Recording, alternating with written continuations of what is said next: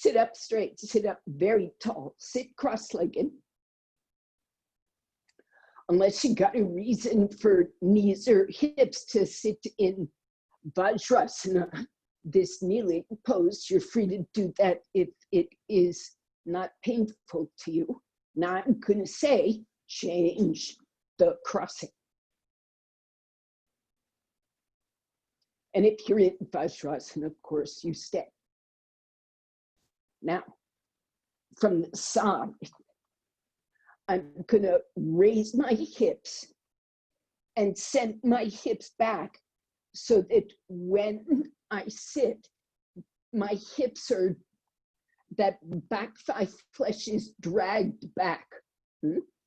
So it's a little backward hike and a reset to sit forward that just naturally draws that thigh flesh back toward the hip socket. Now, don't perch just exactly on the edge of the blanket. You saw my side view. The thigh is still well on the blanket. It's just the flesh is tucked. Sit up straight.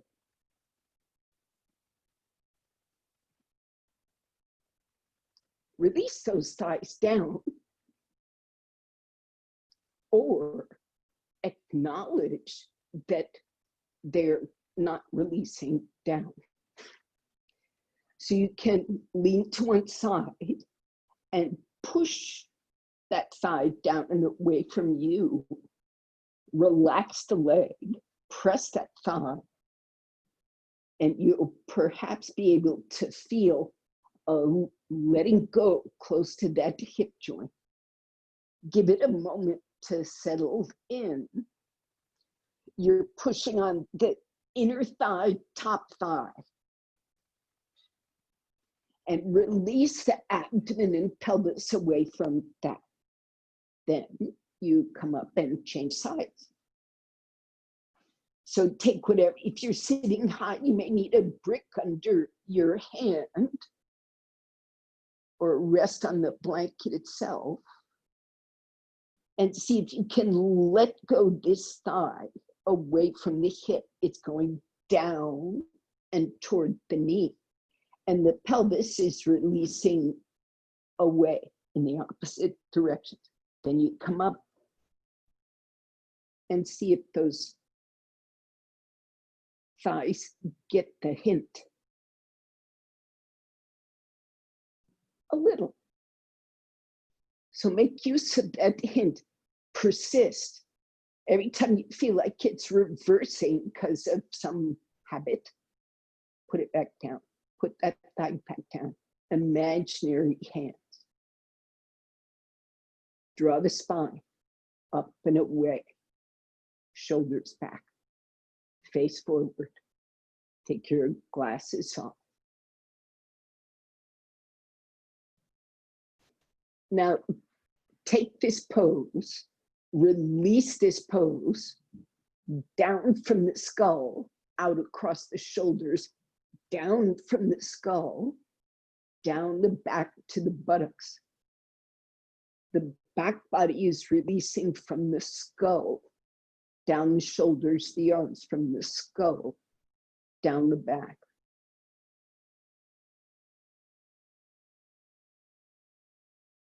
Close your eyes.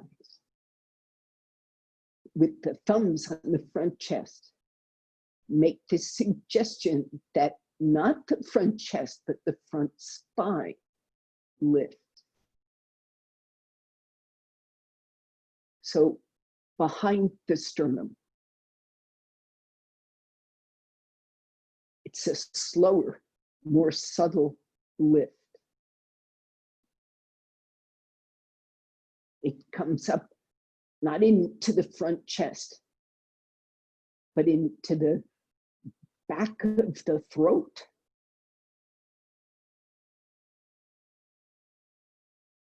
Keep your eyes closed. Draw the senses in.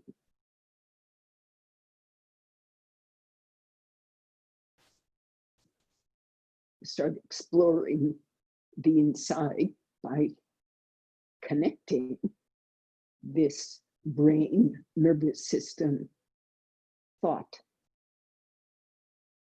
to the breath, and through the breath to this posture.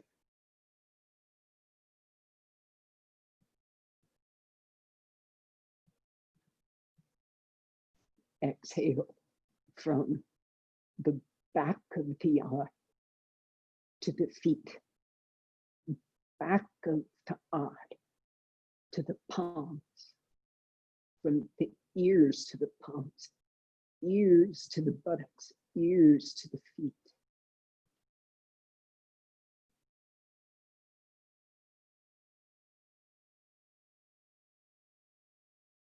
Keep the image of all the gurus, the lineage of gurus from our near teacher, B.K. Iyengar, all the way back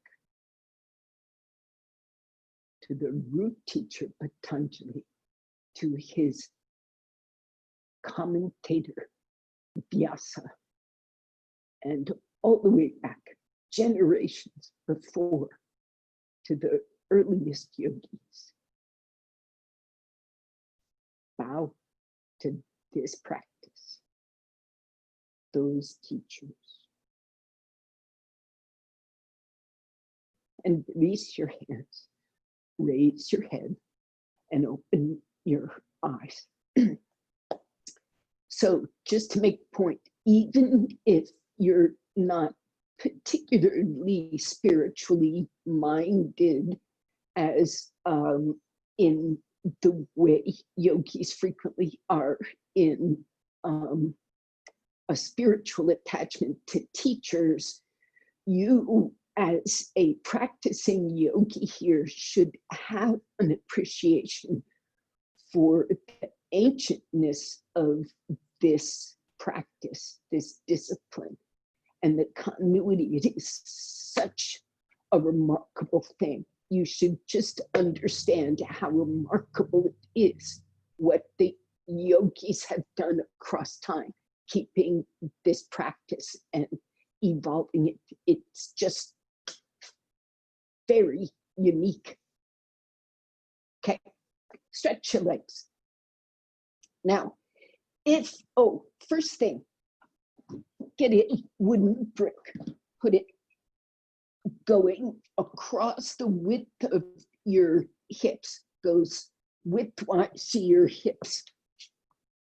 Now, watch what it do. I'm sitting behind it with my buttocks on the floor, and this brick as close to my buttocks as I can get it. Then I'm going to stretch my legs. These are legs. I'm going to stretch my legs forward until I lever myself up on that brick. And I'm not going to shift forward and make it easy on myself. Go back down, buttocks down. Bring that brick up as close as you can. So the edge of that brick, you're going to feel it kind of on the hamstring tendon. You won't feel it on the buttock bone. Take your feet forward, give support with your hands. Don't move that edge. Climb up on the brick. And you have to figure out how to stay there using the leg strength. I'm holding my hands up so you see it's not hands. Now, don't slouch. Don't hang your butt down to the floor. Push your thighs down. Stretch out through your feet. Okay. Now, if you just let your feet go and push your thighs down, that's one thing. I'm just keeping my hands out of the way here. But if you stretch through your legs all the way to your feet, that's a whole other thing here. Is it not? Yes, no. Lazy feet Very difficult to lift here. Active legs. Stretching through to the feet gives you some lift, gives you ground and lift. Relax. Brick out of the way. Stretch your legs straight. This time, if you need a strap, by all means, get a strap. Catch your foot. If you can use your hand, use your hand. If you need a strap, take the strap to your toes. Watch what I do. I'm gonna pull that heel up and push it way out and down. So if I did that with the other leg, you would see how far forward. Do you see the heel sneaks forward? Yes. So you need that push out and extension through the bone. What that's going to do is open up this back thigh. Perhaps you got that on the blanket. If you shrink, this shrinks. If you extend, you get more open space here. So stretch that leg fully and remember the brick. Make contact right where the brick is, not buttock bones, but brick. The brick was here, not here. Here. Push. Right where your palm was on top is where the brick was underneath. Learn how to push that thigh through the whole leg so that this front thigh doesn't have to grip. Push so it's like the hand. The only way you're going to get there is stretching through your feet.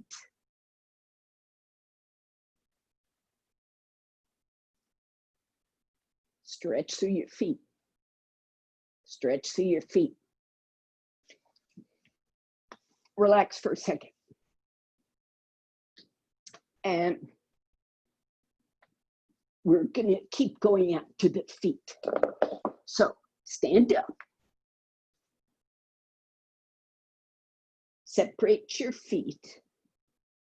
And spread those base joints on the floor. So if you see me, I sort of turn my toes toward each other, and I stick my toes to the floor so that when I bring my heels slowly parallel to each other, it fans out the base joints of the toes, nice and broad, which is something I personally have to work at. So I know there are people in the world who are extremely well spread in the toes, and they may have to in fact do the opposite. The point is evenly spread those feet, not overspread and not clumped up. Lengthen. Now, when I say stretch your foot, almost all of you are going to move your toes. Go ahead, struggle to stretch that foot.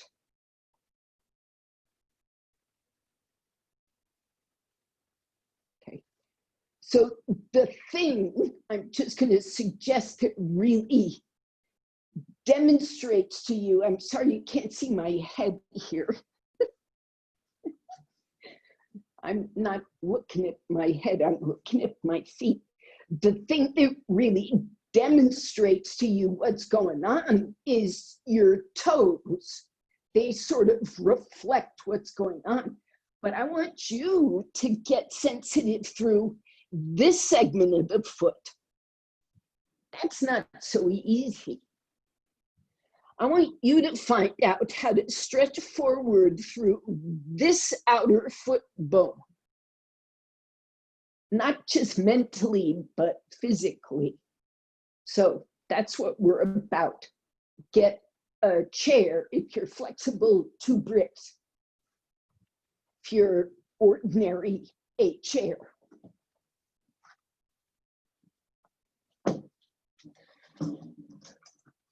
Or if you want to be very careful about what you're feeling and not, test your capacity, you can work with a chair. You want to work on your capacity, take bricks and even lower the bricks. So let's see. Here's what I'm going to do. I'm going to make this camera get closer.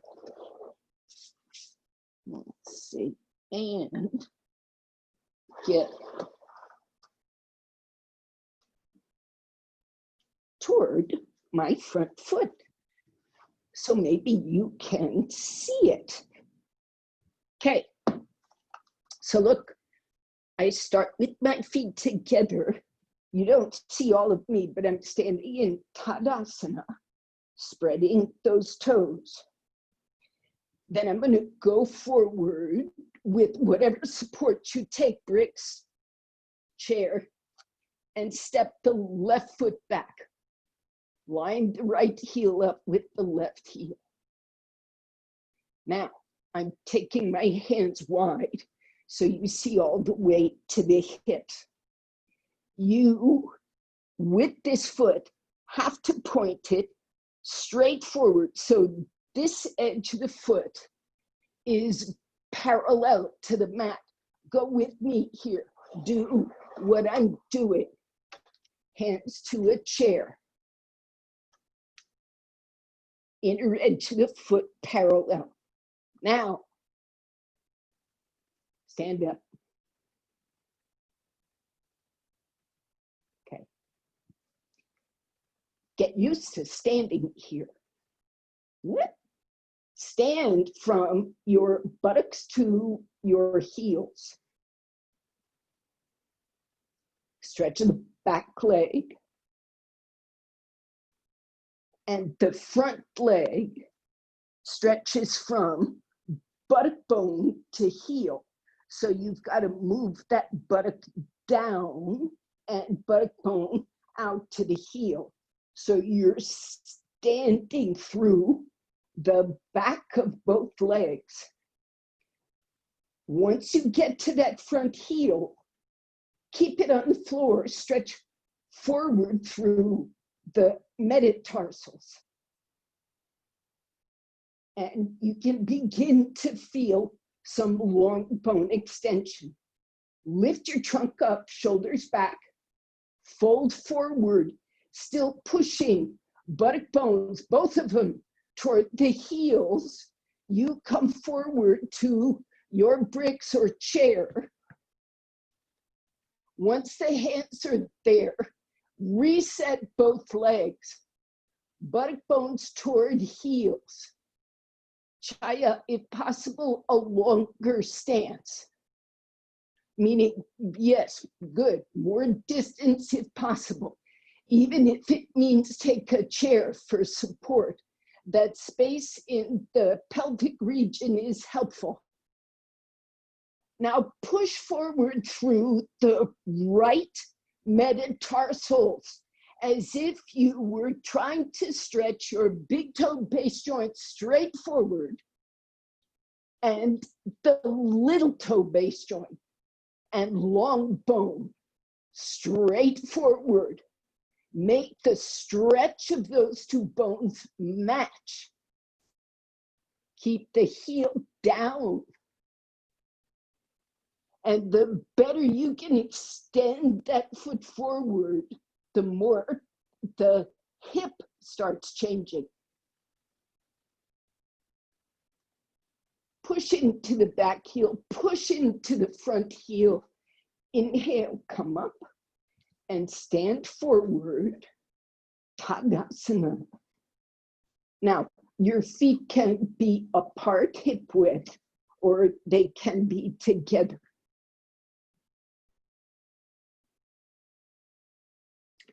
In this Tadasana, you see me now sideways. from the hips down. Make sure that back calf is going from the knee to the heel. Make sure the back of the buttock is going to the buttock bone, is going to the heel. So I'm actually not addressing the hamstring directly, but I'm saying push that back calf to the heel and make the buttock bone go to the heel, and the hamstring stays soft. The thigh doesn't go forward, thigh is back, hip socket vertical. Stretch your toes.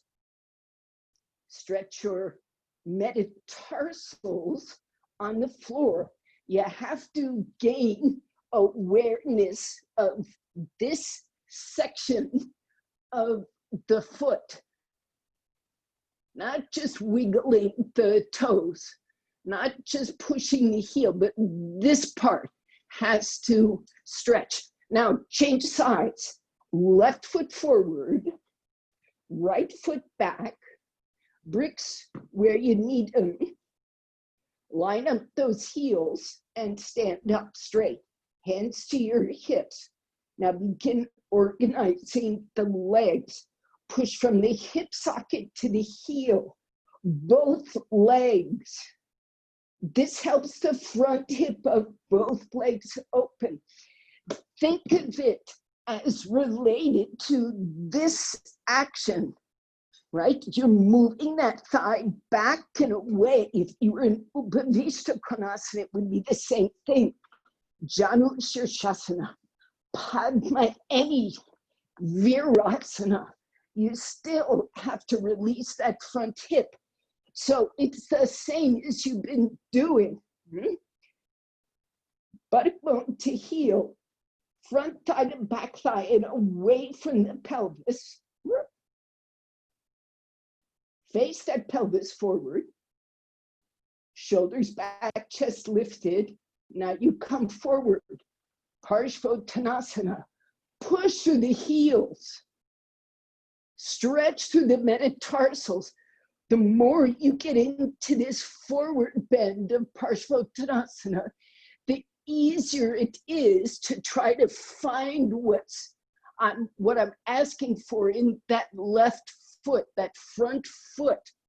Can you stretch through the outer and the inner border of the foot, and then find those three middle bones? Lengthen that foot from heel to toes. Fan out that foot, and you will change the way the calf is working, the knee is working, the hip is working, and how the spine releases forward. Now, keep the weight on those heels, toes. Make your hips firm. Inhaling, come up. Stand up, joint those feet, be in Tadasana.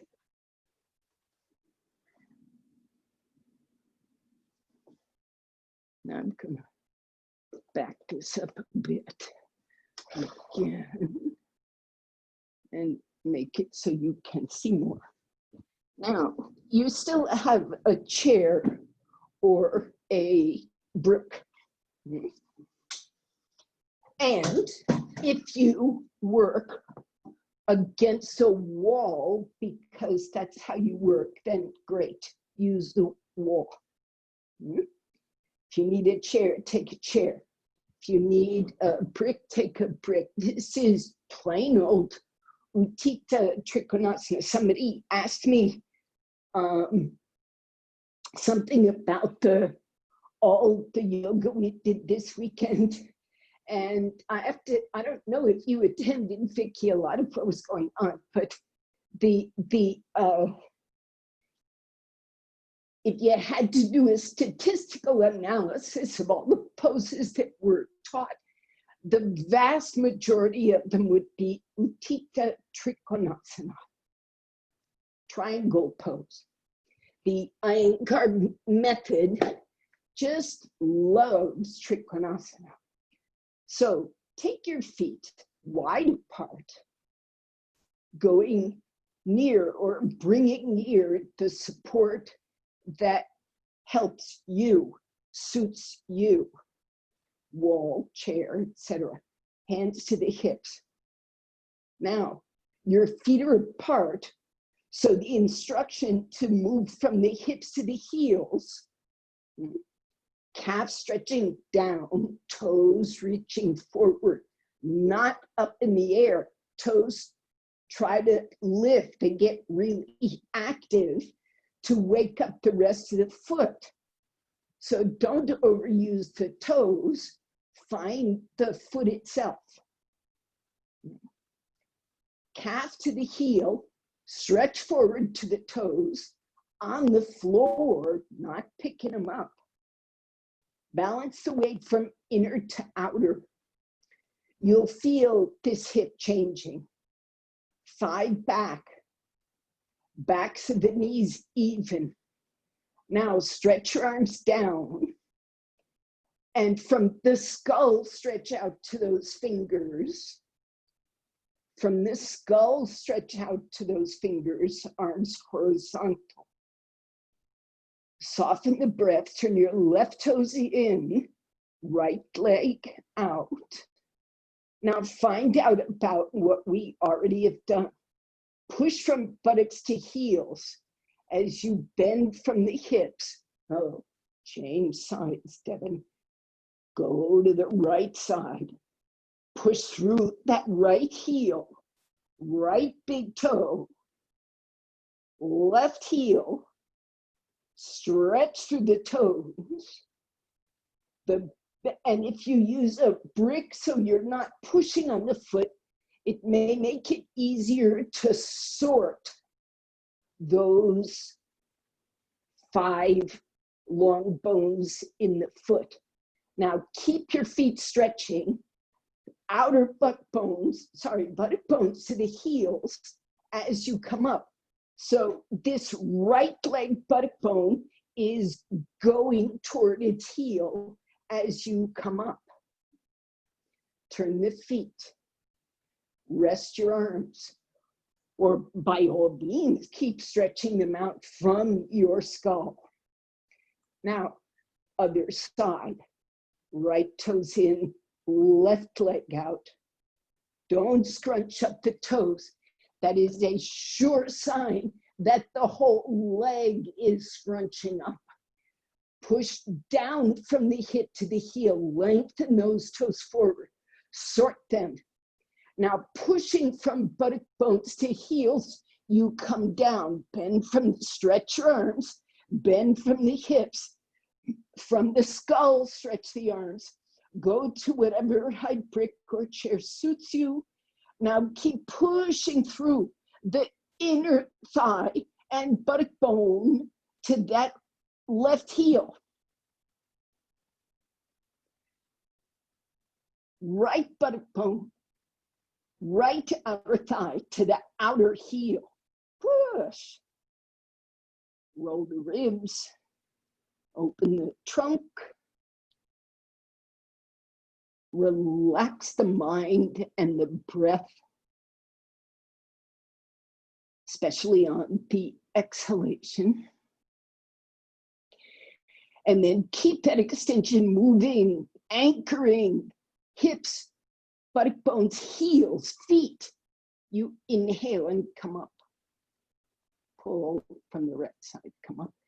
Turn the feet, bring the feet together. Good question. Yes. How do we reconcile front leg buttock bone to heel with the instruction to keep sucking the hip back toward the back heel? Because it's not the, because the hamstring, well, let's put it this way. You can move the thigh bone into the hip socket.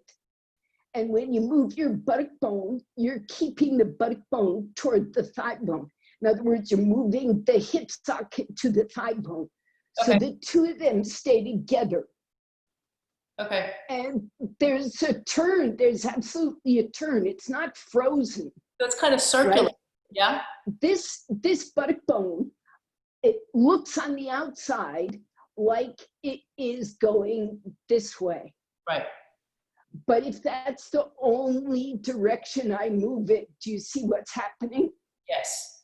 You see how I'm driving this pelvis down. Mm-hmm. This is how people injure the hamstring. Luckily, I have already done that. So if you see the difference, I keep the inner thigh and the hamstring thigh going toward the heel.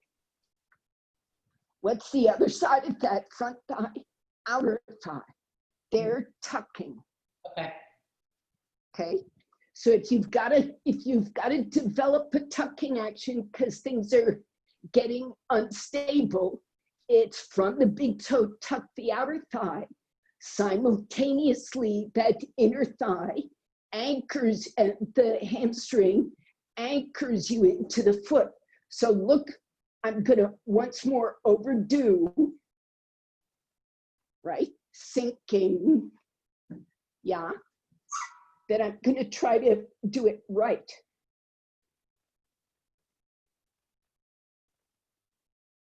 So it's the difference between this and this. Do you all see that? Do you all see the idea anyway? Yes? Do we have another side? Yes? No, we did side 2.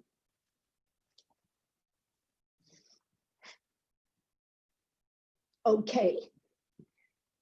Let's go after Privita Trikonasana with the chair. Now the chair is going to go to your right side, right foot forward, left foot back.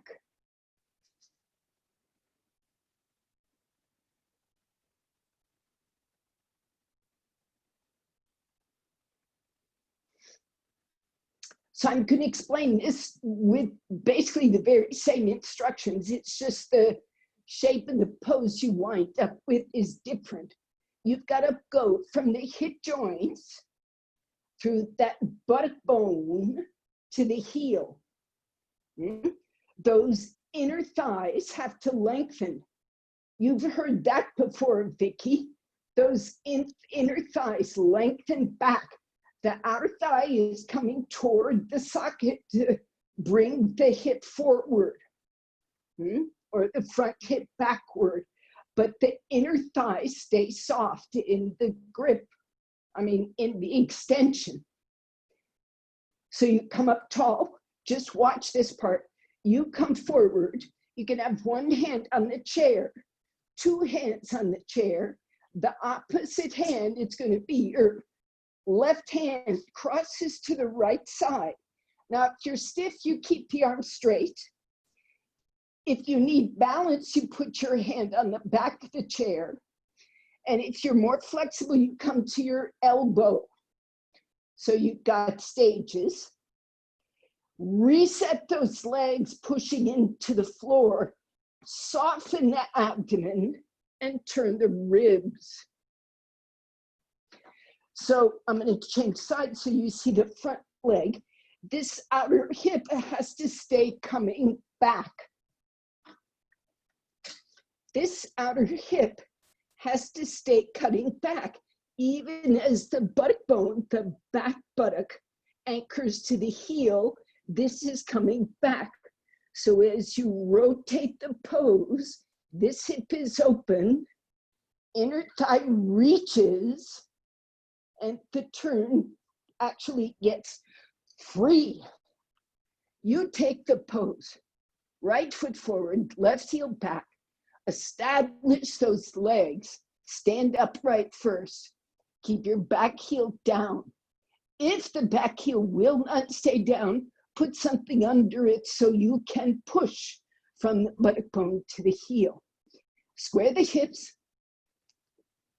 lengthen, go forward. By stages, one hand, then two hands, then maybe the hand on the chair back, maybe the elbow, it's the opposite hand. The backside hand comes to the chair. The front leg hand goes to your hip. This is Privita Trikonasana. Now organize those legs, stretch the legs, tuck the thighs into the hips, soften the abdomen from the grounded legs, and turn the ribs. This looks good. Roll that shoulder. Roll the skin of the back. Keeping the legs firm, heels attached. Soften the breath. Try to exhale into the pose from your skull to your extremities. And keeping your breath connected, exhaling, look toward the floor. Make your legs strong. Inhale, come up. Bring your feet together, stand on 2 feet, Tadasana.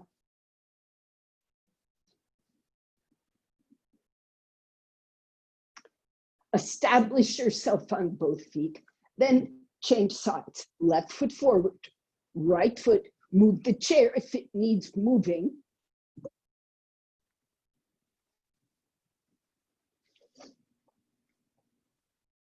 Now, those who I'm seeing from the side, I need to see enough distance between those 2 feet. You have to have a long enough stance to make me happy. And if you're facing me square on, I need to see level hips, not tilted, and level ribs. And I need to see those feet kind of in line, heels in line. So what you're showing me has to be straight, yeah? Stretch your legs, buttocks to heels. Come up through that chest, elbows back, chest open. The front spine is open. Now you come forward and begin crossing over. Don't lose the legs. It is very easy to be distracted by what the arms are doing and the shoulders. So pause, take support of one or both hands, and reestablish the leg actions. Butt bones to heels. Stretch those 5 long bones in the feet. Find them. Lengthen each toe. And use what you learned from that connection, coming back to the outer hip. Open the trunk, turn those ribs. If that top shoulder is coming up, stretch your arm up. Otherwise, just keep helping the rotation. Use the chair. Use the top hand on the hip. Exhaling, connect your skull to your feet. Skull to your hand. And then stay connected firmly from your buttocks to your feet. Spread those, stretch those toes. Exhaling, look toward the floor. And inhale, come up. And then bring your feet together. Here is my chair to one side. Now you can work with whatever support you may need. Here's a couple of blankets. But according to your flexibility or inflexibility, you may reach for lots of support. What we're doing is Privita Trikonasana, and we're doing it just halfway. So watch, there are 2 stages, maybe 1, depending, maybe 2. So my feet are wide apart. And if you see me from this side, wide means like this, standing pose width, 4.5, 5 feet. From this angle, watch and see my legs are gonna stay vertical. They don't tip. They might rock back temporarily, but they come to vertical. Okay, so I need to come onto the crown of my head, stretching my forehead with the arms stretching forward. And the legs back. Legs vertical, trunk. Doesn't have to be horizontal. It's according to your capacity. But if the blankets are too low, your spine will be curved, hunched. And I'm going to advise you to raise your support, even so that you might use the chair back instead of the chair seat. Now, feet wide apart and parallel. Yes, you can fold forward. Just make sure you get all the parts organized. Feet parallel. The butt bones are staying anchored toward the heels. This is a place where we really tell people to roll the buttock bones up to the ceiling. And it's appropriate if you're extremely stiff and uninjured, either in the back, sacrum, or hamstrings.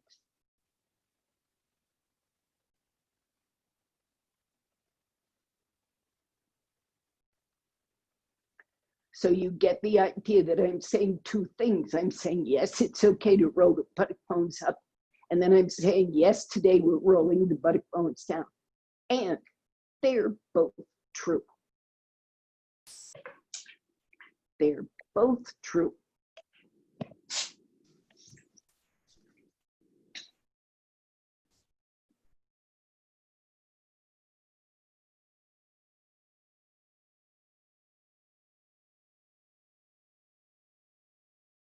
Soft throat, soft abdomen.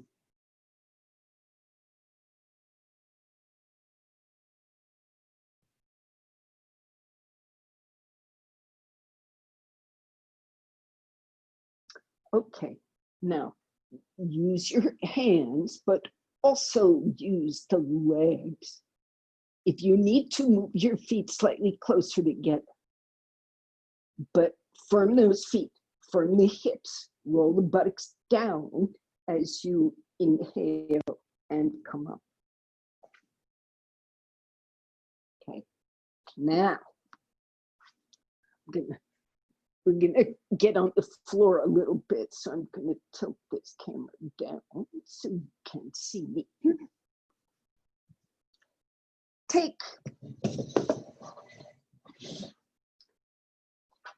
First, take Vajrasana. That is this pose, kneeling with the feet together, shins together, knees together. So the side view, now the front view, feet pointing straight back. Those with knee issues, place a blanket or a rope support so you put a spacer in the knee if there's any sort of pinching or unpleasantness in this posture. Do not give yourself knee pain. Take support. Vajrasana means thunderbolt.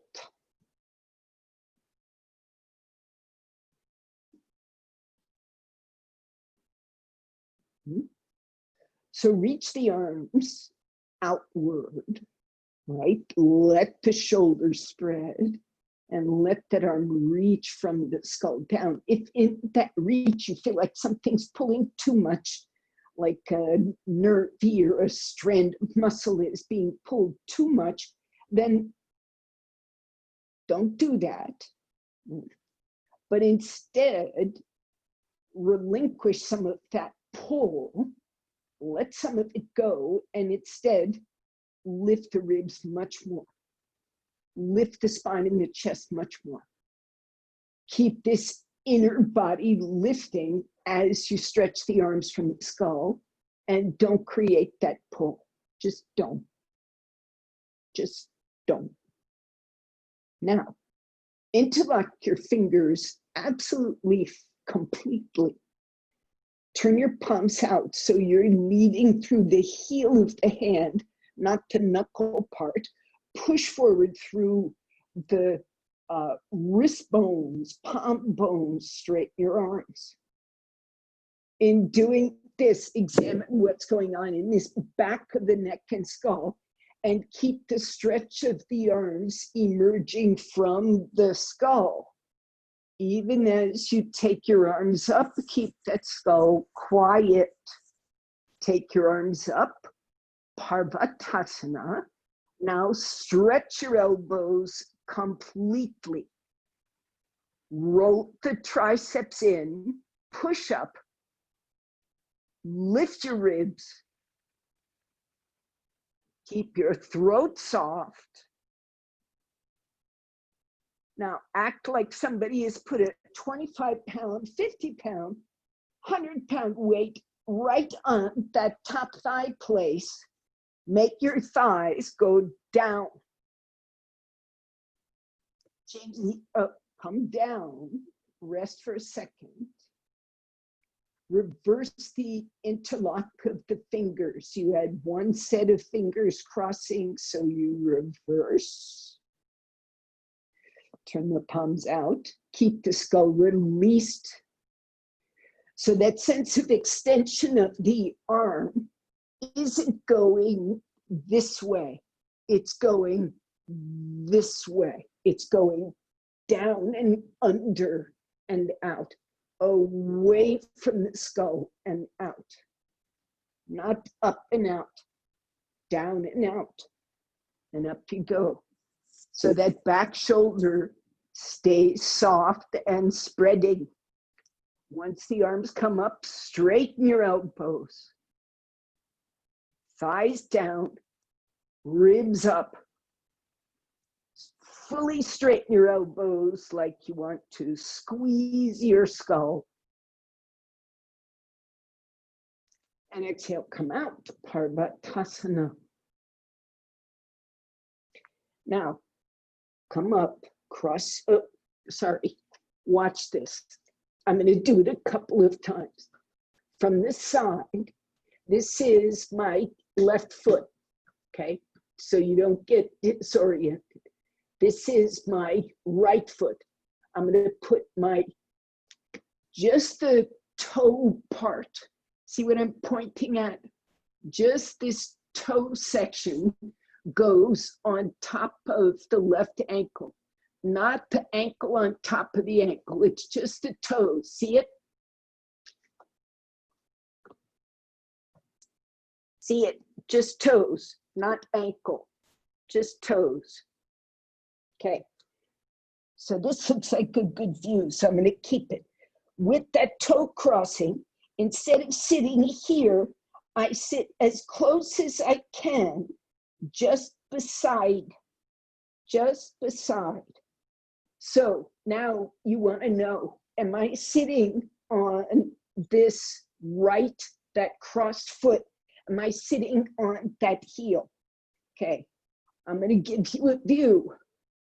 This is the underside of the pose. This is the glass-bottomed yoga room. This heel, here's my buttock bone. My heel is not on my buttock bone. It's under the thigh. Do you remember the beginning of class? Remember that? You were there for that, yes? Okay. This is the same place. It's in front of the buttock bone, and your heel might be under the thigh. It might be just beside it, but it's in front to the buttock bone. Yeah? You're there? Yes. Good.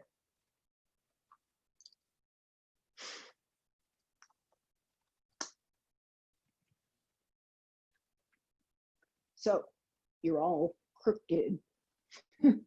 So roll this is your right leg, not confusing.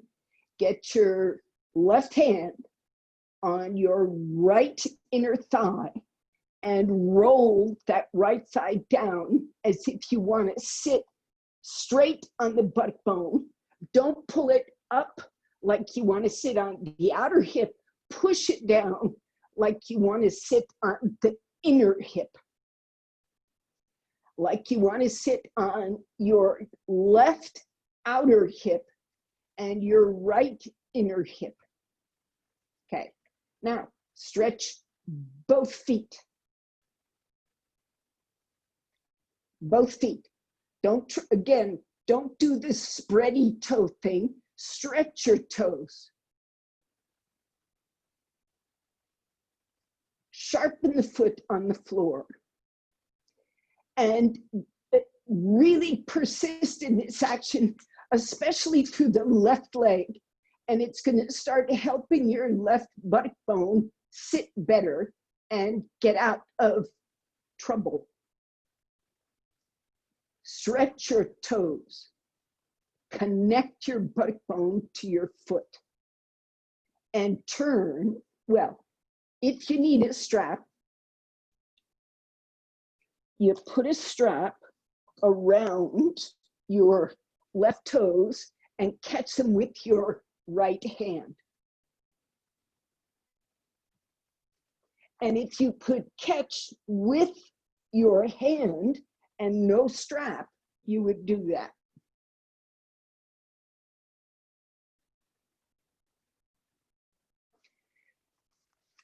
Turn away from your feet. That right hand is reaching behind you to catch the strap or the left big toe. And it reaches far, so that right shoulder is coming behind you. You are turning. If you have shoulder pain, loosen up on the strap so the arm goes much wider, but still work the rotation. Again, I'm after your feet here. Stretch those feet and connect that stretch into that buttock in this lopsided pose. Vajrasana. Now, come out slowly. Some of you just got there. Some of you been there for a bit. Now, help your legs out carefully and stretch Dandasana. Take Dandasana. Your knees been folded. So open that back leg and you've got two parallel sides to the knee. See again, you've got to wait to actually, it's like the feet. You have to feel the threads of extension. Back out to those metatarsals. Now, change sides. Start in Vajrasana. We aren't going to stay as long. We aren't going to do Privita, but you want to start in this even pose.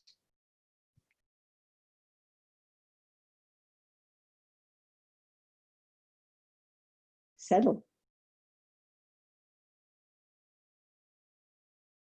You have to loosen some of the tension in that back leg, in the top hamstring, in this hip. You got to put that 50-pound weight on the thigh so that you have some freedom. Now we're going sideways. You come up and it's the left foot over the right back ankle. So that means your left knee will come a little bit forward, minimize how much forward that foot comes. Okay? And then you sit back down, you're sitting deliberately pretty straight. You're not trying to swirl around. You're going in a straight line for just inside that heel. Just on where you can sit as close to that, it's now your left heel as possible. And you will be crooked. Wake up those feet. It's built-in crooked. Wake up those toes. Stretch the long bones, especially in this right leg. The Vajrasana leg is super, it's a relative thing, easy to stretch through those toes and to connect back into that buttock bone. You don't want to do any part of this twisting until you can connect into that buttock bone, into that foot. So you start turning according to your capacity and give support with that back hand. So when you catch a strap around your foot, that strap that you're catching with the hand behind you is meant to help you distribute the weight and put some activity in that Vajrasana foot that's going to help you sit into that Vajrasana hip and come up and take your Vajrasana rotation. So even if you can't catch your foot, and even if you were taking a pose with that hand back behind you because that's where your shoulder feels safe, you still have to push that Vajrasana foot. You still have to wake up that Vajrasana leg. And out you come slowly. Release the twist. Then with the knees bent, you help your legs out and stretch back to Dandasana. The feet can be slightly apart or together. This is your decision. I will suggest that people with knee problems and hip problems should keep the legs running parallel instead of joined, especially women. And I say that only because many women have wider hips than males. So it's a question of the shape of the pelvis. Wider hips could be male or female.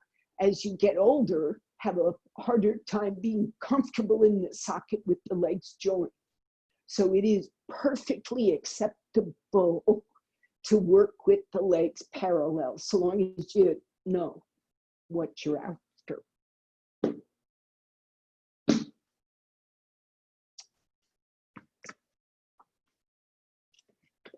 Do you have a bolster?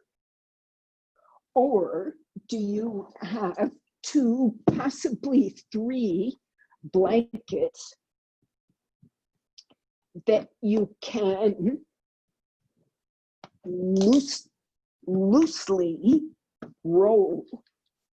This is 2 blankets that I'm loosely rolling into a bolster shape. Now, this is small for me, but not for everybody as a bolster.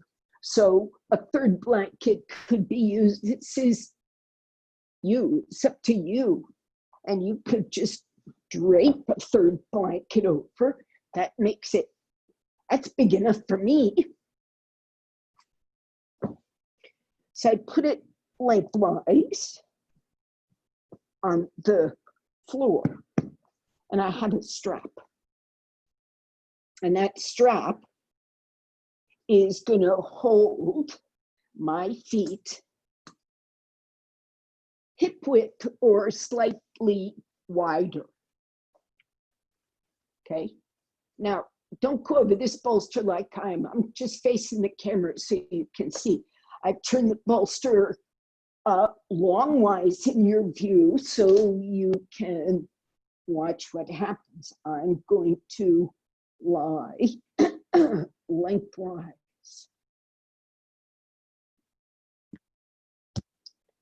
At first, the bolster is right up. You see this at shoulder level. But now I roll my chest, and the verb here is coil. The verb here is round roll the chest. Do you see it? I'm not sliding my chest off this bolster like a plank. Instead, I'm trying to roll it so it sticks close to the edge of the bolster. And my feet, if you see my feet, they're pushing a bit to give me that roll and the contact with the floor. At which point, I push those heels out. So they're still on the floor.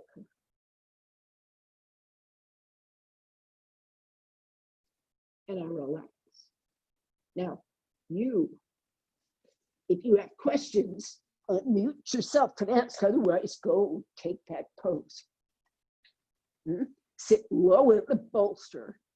Support your head. As you move, you've got to bring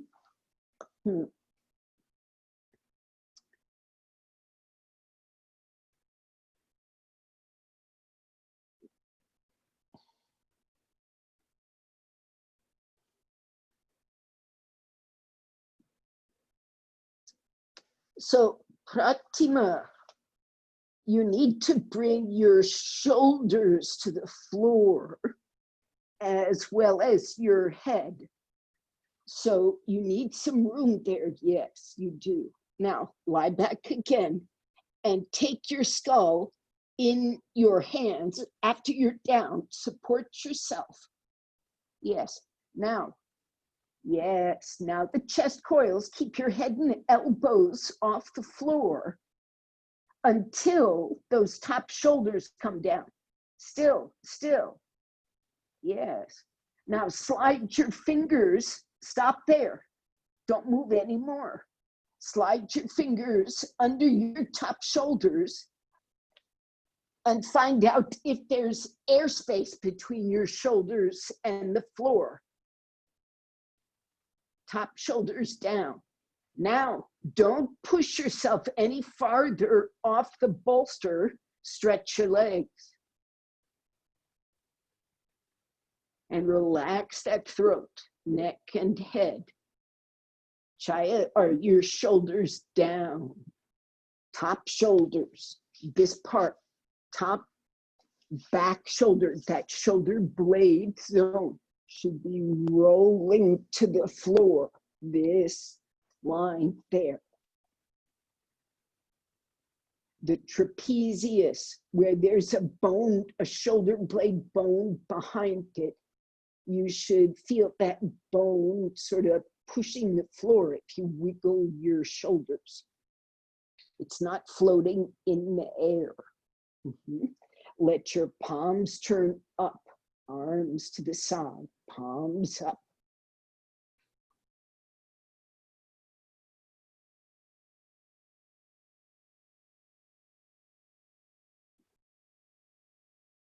Now, in theory, there is comfort in this pose.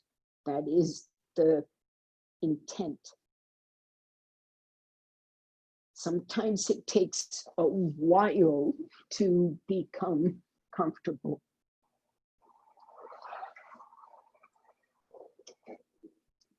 To figure out what might be going wrong and connect to it, interact with it, with your muscles, with your senses, and with your breath.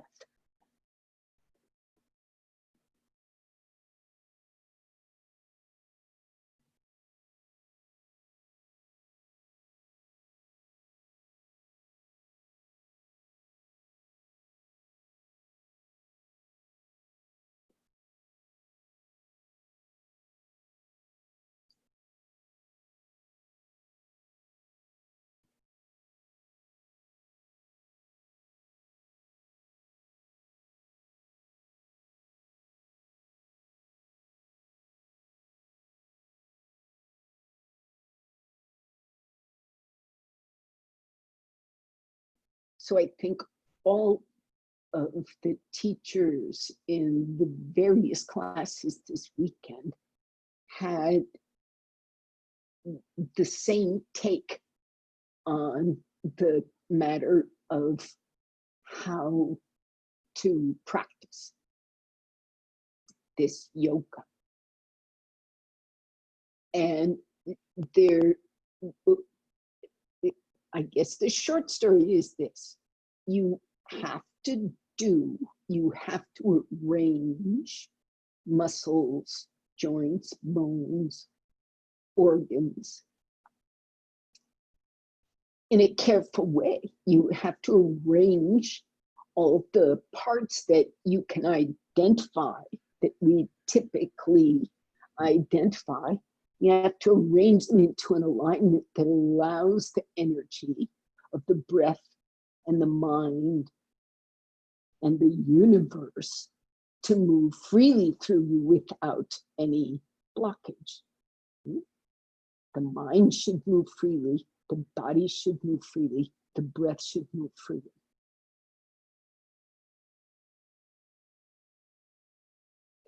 So in order to arrive at that, the first thing you've got to do is arrange for that.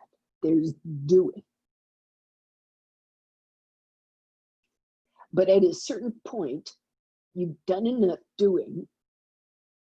And if all you do is keep doing, here's Prashant's words. He said, you do, and you do, and you do, and then you die. And that's what you've accomplished, is a lot of doing. There is a point where you have to just be, where the doing has to stop being a little of this, then an adjustment, and some of that, and a tweak here. And you have to maintain that and then connect it all to itself. Connect your brain and your breath to all of those actions.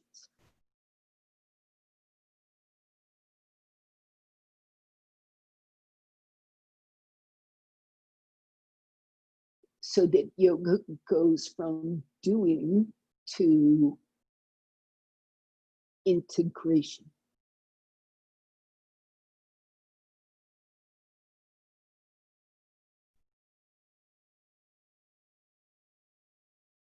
The integration means everything is equally the pose.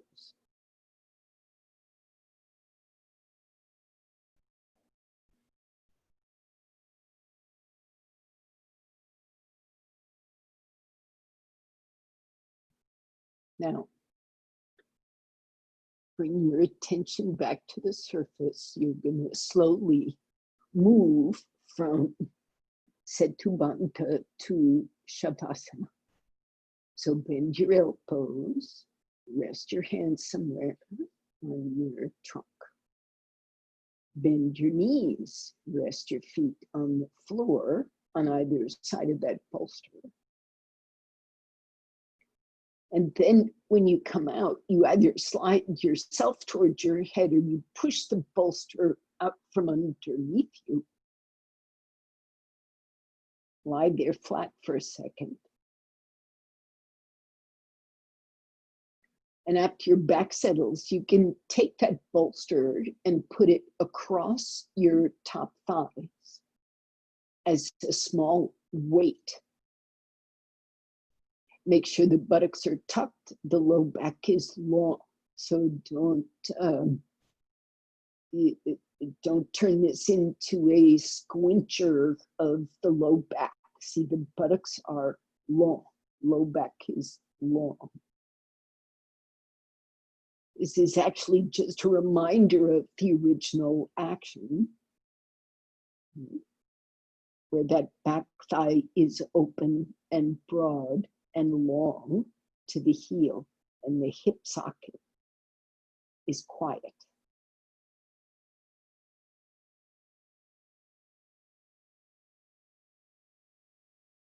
Now, in theory, there's nothing doing.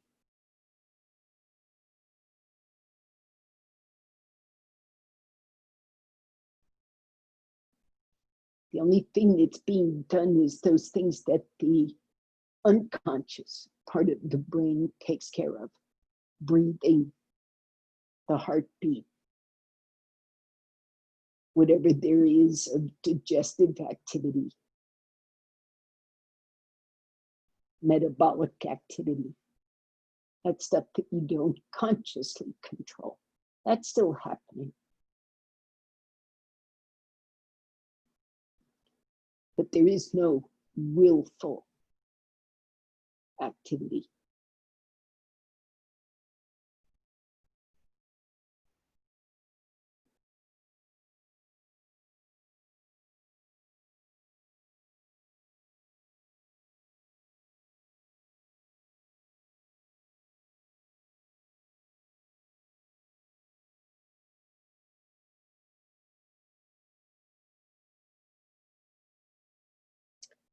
So a useful thing to say here is, in Shavasana, sometimes we go to sleep, especially at the end of the day. It's 5:15. Some of you have been active all day. So sleep might be a thing that happens in Shavasana. You may also be far enough in your practice that you're able, even when fatigued, to stay in this quiet, alert state. Either way, sleeping or waking, this Shavasana is an opportunity for integration. Sleep is a form of integration, self with self, that we have to undergo every day, or we die of sleep deprivation. The nature of sleep is an integrative activity. So don't feel bad if you slip into a nap.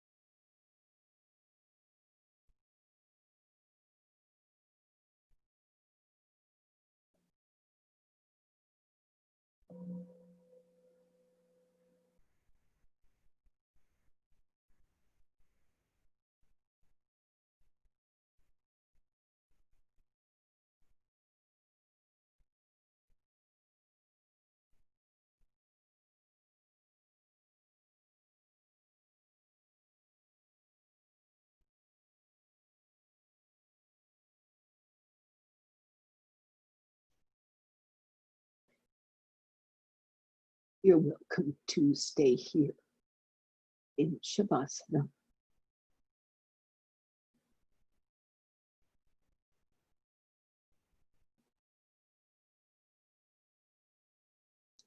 I'm going to say Namaskar. Keep on integrating. And also, don't forget, little advertisement. I'm starting to teach here for Austin Yoga Retreat on Wednesday mornings also, 8 a.m. 8 a.m. 8 to 9:15. So in the event that you don't have other applications, you are welcome. Namaskar. See you